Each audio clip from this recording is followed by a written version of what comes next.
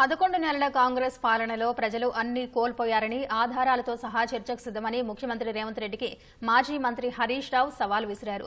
CM చేసిన పాపం రాష్ట్ర ప్రజలకు శాపం కావద్దని వేములవాడ రాజన్నను మొక్కుకున్నట్టు తెలిపారు. ఇప్పటికే రాష్ట్రంలో రైతులు ఎన్నో ఇబ్బందులు పడుతున్నారు. పంటలకు మద్దతు ధర రాక అకాల వర్షాలతో ఇబ్బంది పడుతున్నారన్నారు. వడ్లకు 500 రూపాయల బోనస్ ఇచ్చినట్టు మహారాష్ట్ర ఎన్నికల ప్రచారంలో అబద్దాలు చెబుతున్నారు. రైతు బంధు ఎగ్గొట్టారని యాసంగి పంటకైనా ఇచ్చేలా చూడాలని దేవుణ్ణి కోరుకున్నానన్నారు. లెక్కలతో సహా ఆధారాలతో సహా ఏం కోల్పోయారో నిరూపించడానికి నేను సిద్ధంగా ఉన్నా.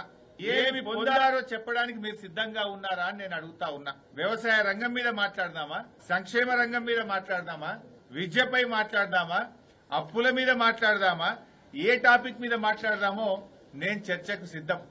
ఎక్కడ మాట్లాడదాం, ఎప్పుడు మాట్లాడదామో చెప్పు. ఇవాళ ఇచ్చిన మాట ప్రకారంగా రైతు బంధు డబ్బులు 15,000 రూపాయలు రైతుల అకౌంట్లలో వేయాలని, దేవుడికి క్షమాపణ చెప్పి ఆ 2 లక్షల రుణమాఫీని సంపూర్ణంగా పూర్తి చేయాలని చెప్పి ఆ 2 లక్షల పైరునోలు కట్టాలనే నిబంధన తీసేసి ఇచ్చిన హామీ ప్రకారంగా రైతులందరికీ 2 లక్షల రుణమాఫీ చేయాలని బీఆర్ఎస్ పార్టీ డిమాండ్ చేస్తుంది.